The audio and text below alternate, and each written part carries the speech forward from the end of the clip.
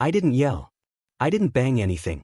When the HOA compliance officer dropped off that fat envelope on my front porch, lettered with Willow Creek Estates HOA stamp, accusing me of operating an illegal energy enterprise out of my own farm, I just smiled. Because I knew something Karen didn't. See, while she was busy strutting around in her crinkled tennis skirt, lecturing neighbors on trash placement and mailbox colors, I'd been quietly feeding power back into the whole county grid. My solar farm, 4 acres of panels my grandfather and I installed years ago, didn't just power my ranch. It was the secret artery for dozens of homes here, including hers. So when she told me to cease solar operations immediately or face daily fines of $5,000, I didn't complain. I simply went over to my master breaker panel, fingers stroking the cool metal, and schemed up the day I'd flip one switch. And when I flipped it, Karen and 35 entitled families would get to see what life is like when the sun no longer shines on them, because they chose a fight with the man who controlled the light. Knowledge nugget number 1. In energy and property law, whoever owns the point of distribution owns the leverage. Utilities, co-ops, HOAs, they can control appearances, but if you generate energy privately and lawfully hook it into the grid, they don't own your switch.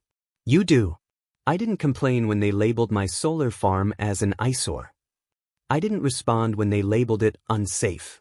And I didn't even blink when Karen herself drove up in her sleek Lexus SUV, sunglasses on her nose, a clipboard at the ready, and sneered.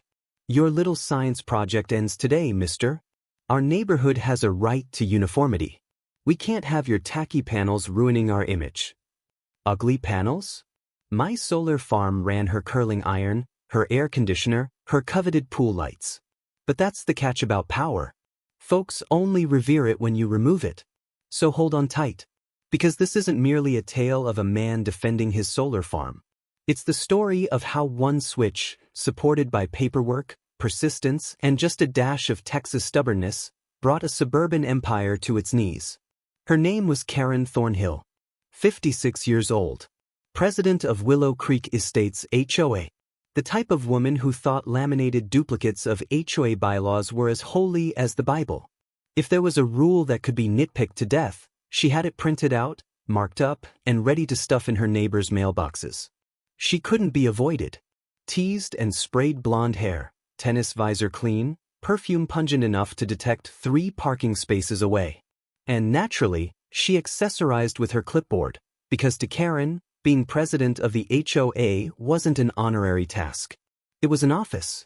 And she sat on it proudly. Everybody in Willow Creek knew her. She was the sort who smiled all the way at city council meetings, then complained anonymously about your grass height. The sort who waved kindly at you while bringing your name onto the next fine notice. She was a master at polite weaponry. Her husband Rick? A city councilman. Naturally. If Karen was the queen of cul-de-sac politics, Rick was her knight with a pen in City Hall. He was able to push through emergency zoning adjustments and suspend enforcement inspections. And together, they were the perfect storm of privileged suburban politics, small enough to be ridiculous, but powerful enough to destroy your life with red tape. And when my grandfather's farm came to me, Karen smelled opportunity. My solar farm wasn't clean energy or local progress to her. It wasn't even my land to run. To her, my farm was a stain, a nonconformity, something she could suppress in order to fortify her perfect image of Willow Creek. She came strutting into my driveway one afternoon, Lexus parked at an angle like she was the sheriff arriving at a crime scene. She tapped the HOA clipboard against her manicured nails and grinned. You really should have asked permission before installing those panels, she said sweetly. They're out of regulation. Not to mention unsightly. Neighborhood standards matter, and you're dragging us all down. I let her finish, then leaned against the hood of my truck and let her have the silence. Don't worry though, she added, wrinkling her nose at my array of panels glittering in the Texas sun. We'll be filing the paperwork to decommission your little operation. Energy is best left to professionals. And besides, uniformity is what attracts prosperous families. Prosperity? My solar farm energized half her neighbors' homes without them ever knowing. But she hadn't looked at the records. She didn't know I wasn't just generating electricity for my own use. I was selling kilowatt-hour back into the grid under a certified supplier arrangement. Knowledge nugget number 2. HOAs love to bluff jurisdiction where they don't have any. But energy law doesn't bend to HOA bylines. If you're a state-certified microproducer, your contract is with the grid and the state, not with nosy neighbors in polo shirts. HOAs control lawns. They don't control megawatts. But Karen didn't understand that. She believed a few nasty grams and a city council contact would intimidate me into folding. She believed she could kill my panels and bury my investment under the false pretense of aesthetic standards. What she didn't realize was that she had awakened the wrong bear. My bear had 4 acres of solar panels, a deal with the area power grid, and documents to support it all. She was trying to play house politics. She had not yet learned that she had just engaged in a battle with the man who owned her air conditioner. And during Texas summers, that's not an insignificant thing. My name's Jake Morrison, 37 years old. Third-generation ranch caretaker for Morrison Ranch, 48 acres of hard Texas soil, oak trees, and the gravel road that links it all to the world beyond. Most folks passing by wouldn't even notice the rolling pasture or the glinting panels out back. But each pole, pipe, and panel on this land had a tale to tell. Because this wasn't just earth. It was legacy. Pops, my grandfather, Robert Morrison, purchased this land in 1960 when Austin was barbecue smoke and 2-lane highways, not condos and Teslas. Pops was a rancher by birth and a tinkerer by nature. He repaired anything that squeaked or sputtered, and when the first energy crisis of the 70s rolled around, he was already drawing diagrams of homemade solar water heaters on the back of feed store receipts. By my teenage years, we were pursuing the future. Pops bought a pallet of early solar panels when most of the people in town were convinced it was a scam. We installed them on the roof of the barn and wired the water pumps. For the first time ever, our cattle troughs filled without tapping into the grid. It wasn't a matter of money then. It was a matter of independence. Pops would tell me, "Son, anybody can raise cattle. But if you can raise light, nobody can really push you around." That has stuck with me. So while Karen was sipping lattes and scheduling flowerbed uniformity meetings, I was applying my engineering background. 2 tours in Afghanistan taught me how much power is truly precious. Convoy logistics taught me electricity isn't luxury. It's survival. I saw entire bases go dark from one cut line, and I saw people fight to the bone just to have the lights on. When I returned home, I didn't want to be dependent on anyone else anymore. I installed 4 acres of solar panels on the back pasture. State-of-the-art panels, inverters, and a grid tie contract with the state. My system didn't only power my ranch. It was pumping clean electricity into the utility grid, enough to power around 30 homes. Amusingly enough, some of those houses were the exact same McMansions in Willow Creek. Karen's pool filters? Her outdoor lights? Powered in part by the electrons zipping off my panels. Knowledge nugget number 3. In Texas, if you produce electricity and enter into a power purchase agreement with the grid, by law, you become an energy supplier. That positions you on par with any utility. HOAs may complain about looks, but they can't trump certified contracts with the state. Pops didn't get to live long enough to witness the complete proliferation. But every time I tread the rows of black panels, listening to the soft hum of clean energy powering the lines, I know he would be proud. This wasn't technology. This was his vision of independence, scaled up. And that's why Karen's threats irritated me more than any HOA letter. This wasn't some violation of community standards. This was decades of sweat, vision, and stubbornness from my family. And I wasn't going to let a pearl-clad suburban dictator wipe it out with a swipe of a clipboard. Karen believed she could extinguish my solar farm with fines and gossip. She had no idea she'd lit a fuse. And she was going to discover what happens to you when you mess with a man who controls the power switch. I knew that it was a matter of time before Karen stepped up. Her firepower wasn't brute strength. It was bureaucracy, rumor, and grinding harassment. The initial shot was in the form of letters. Bulky envelopes packed in my mailbox marked with the HOA's crest, blaming me for running an unauthorized energy facility in the community impact zone. Every letter called for immediate shutdown. Every letter threatened me with fines that grew like weeds, $500 per day, then $5,000, then ultimately some special judgment lien they said they'd impose on the ranch if I didn't cooperate. I didn't bother to respond. I put them in a shoebox labeled evidence. When the letters did not intimidate me, Karen escalated to rumors. Local Facebook pages blew up with anonymous messages regarding crazy veterans messing around with hazardous equipment and illegally burning solar fires about to ignite. One post suggested that I was discreetly laundering power credits under the guise of an illicit contract. First time ever someone ever accused a rancher of money laundering sunlight. Nevertheless, I remained silent. Pops always taught me, when your foe is digging themselves into a hole, don't steal the shovel away. And then there were the inspections. I was working on a hot July afternoon, and when I looked up from the panels, I saw a convoy coming. Code enforcement, fire marshal, building inspector, even a county health officer for good measure. And all of them sauntering about with clipboards and writing nonsense as though they were giving a science fair project a grade. Unsafe wirings, grumbled the inspector as he gazed at UL-certified inverters. Non-permitted structures, whispered another, pointing at factory-installed mounting poles. I couldn't establish it in the moment, but I knew whose perfume was following this circus. Karen had obviously sicked them on me. And every concern they noted went directly back onto her clipboard. Knowledge nugget 4. The majority of HOA strategies aren't about winning in the courtroom. They're about grinding you down. Exaggerated citations, incessant complaints, prolonged inspections. They want you to get tired, give up, and sell. Not right or wrong, but attrition. One inspector eventually stared me squarely in the face and told me, "You know, you'd have a lot fewer problems if you just worked with your HOA." He never said it in so many words, but it was as obvious as the sun in July. Join them, bow to Karen, or keep fighting every week.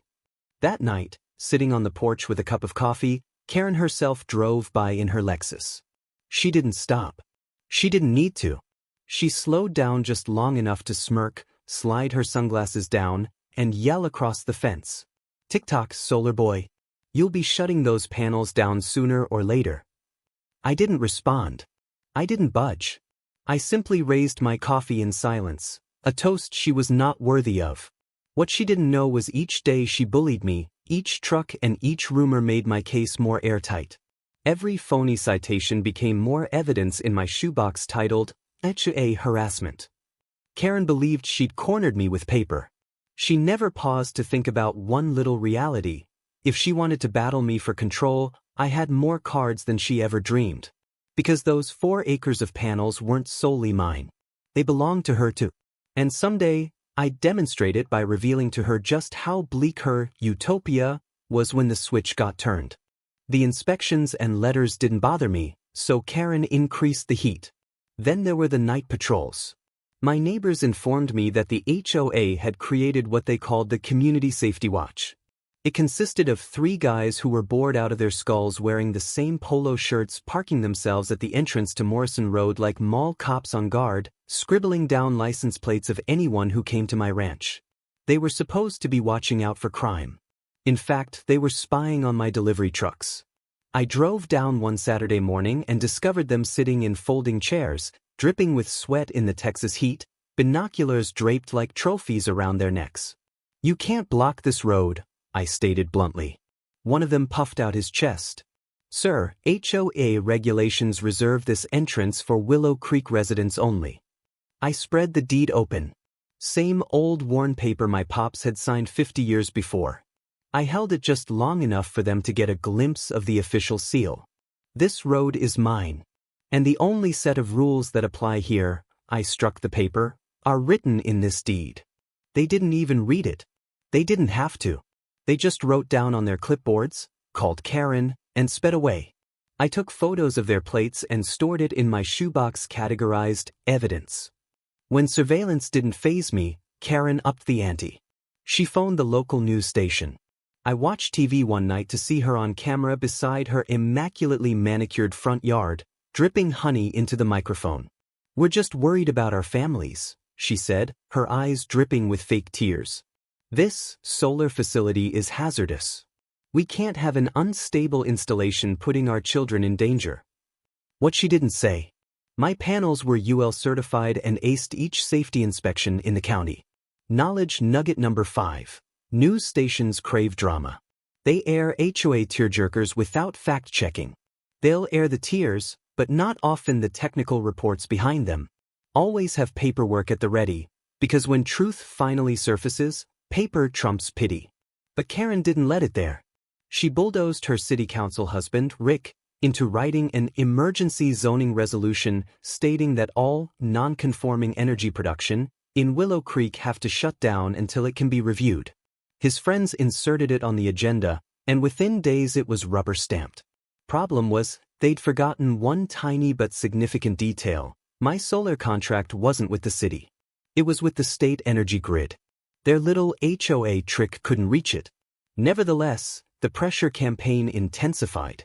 HOA letters now threatened trespass citations, health code infractions, even unsafe levels of radiation. As if my solar farm were some nuclear reactor buzzing in the fields. The icing on the cake was when Karen herself drove by one night, stuck her head out of her Lexus window, and yelled loud enough for the neighbors to hear. You think you're so smart running your little power plant. But mark my words, this community will shut you down. I didn't reply. I didn't need to. Because each cinder block piled on top of me was simply more weight she had no idea she was piling on her own downfall.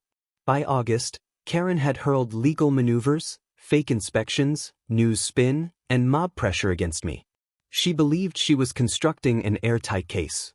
What she didn't realize was my shoebox of evidence had grown into a binder thick enough to choke her whole HOA charter. And while she thought she was playing offense, I was planning the day I'd flip one switch and show all 35 homes what darkness really looked like.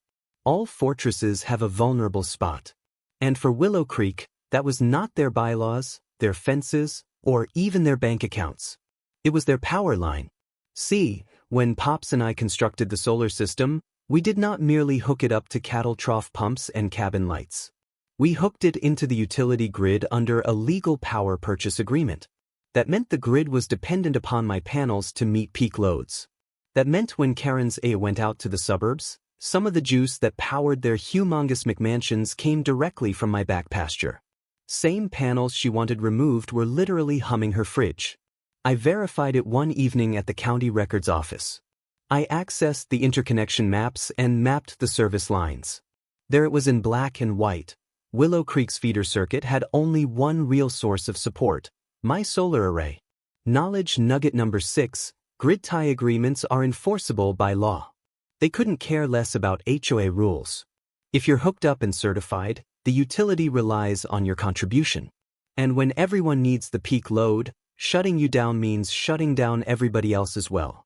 That was the smoking gun. Karen might call me an eyesore. She might call me unsafe.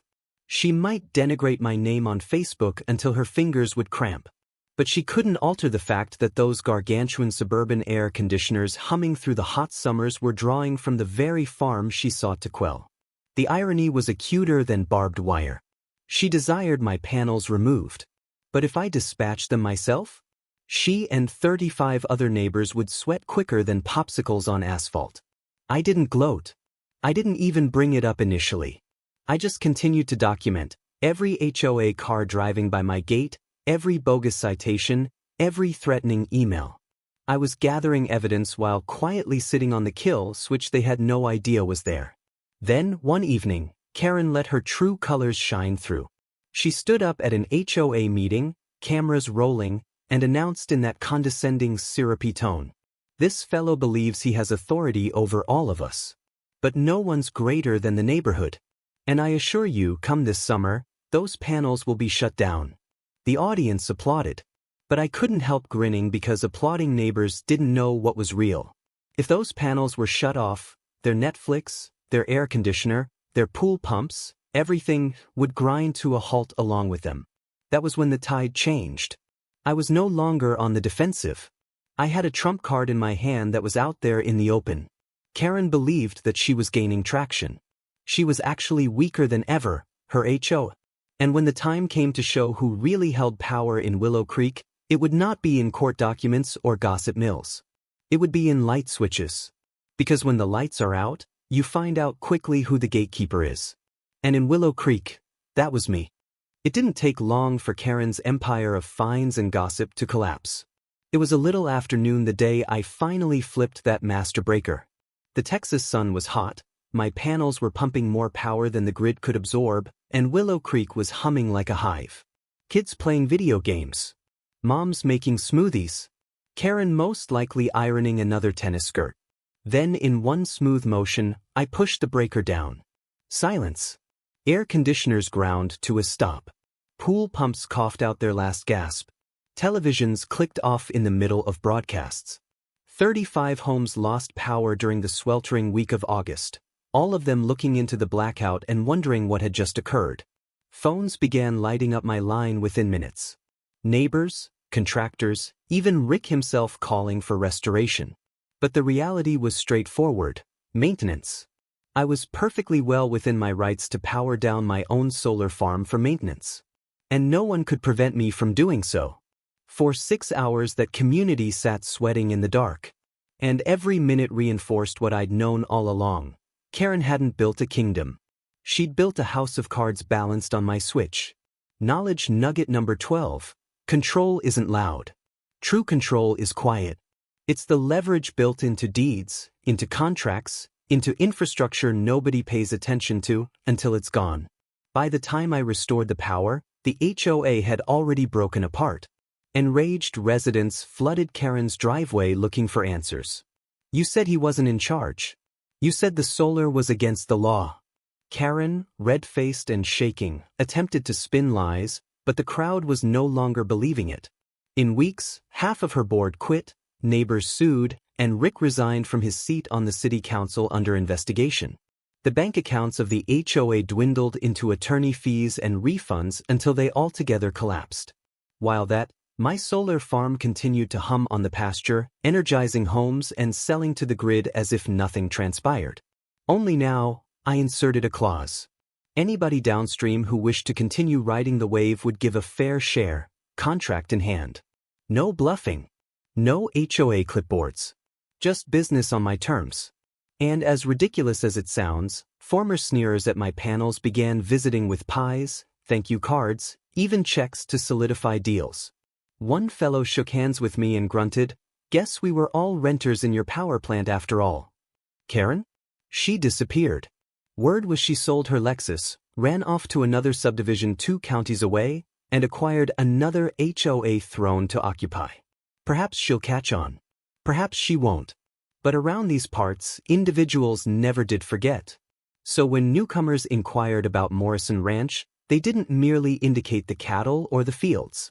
They pointed at those shiny panels. That's the farm which switched off Willow Creek, they'd say. That's the fellow who took down a whole block and succeeded. And me? I never boasted. I never rubbed it in. When asked how I did it, I simply smiled, nodded towards the buzz of the inverters supplying power back into the lines, and said, "They attempted to destroy my solar farm. But when the lights went out, everyone learned the same thing: you don't mess with the owner of the sun."